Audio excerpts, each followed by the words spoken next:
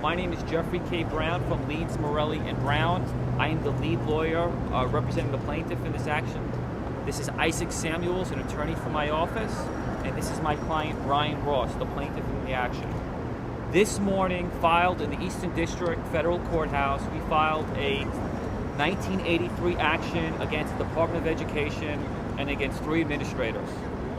The essence of the lawsuit is that our client, Mr. Ross, has been discriminated, harassed, and retaliated against for speaking out about matters of public health and safety on behalf of children and other faculty members. And I want to go through some of those facts, and then I'd like to get into the pictures, and then if you, I want to open up to questions to myself and Mr. Ross. I think that works best, if that's okay. Mr. Ross started as a gym teacher at PS 132 in 2005. 3 years later, he was granted tenure. Tenure is job security for teachers. No problems, no major issues, great feedback, got along with a lot of his faculty members. The students loved him. On April 23rd, 2010, Brian is notified by the principal that he is going to be having his gym class from this point on at a halfway center called the Settlement House. The Settlement House is located 3 blocks north of PS 132. That's 3 blocks north of Manhattan Avenue. And the Brian students range from ages 3 to 10, and the students are to walk to the class 3 blocks north, cross over a major intersection. Brian expresses concern that there's no nurse on site, there's no evacuation plan, there's no PA system, there's no security system. So the principal responds to Brian by saying, just do your job, you know what's good for you, you'll do your job and not complain. He reports to work at the Settlement House on April 26, 2010, which is a Monday. He is shocked when he walks into this dilapidated, dangerous building.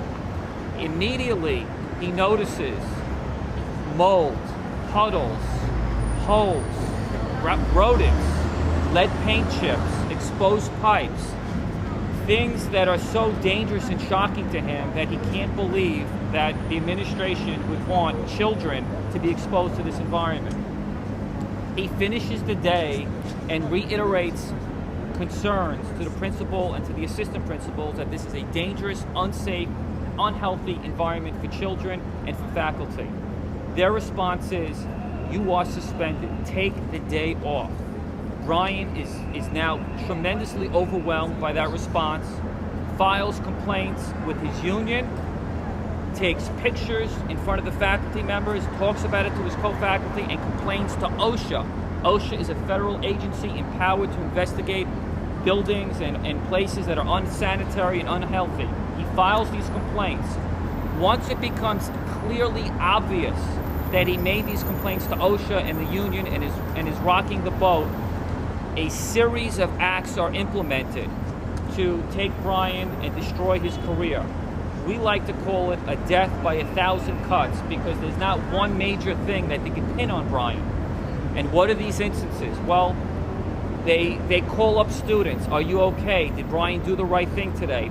They put letters in his file for not following the code of conduct when this was the same code of conduct that he's been following for 5 years. They contact other faculty members to report on him.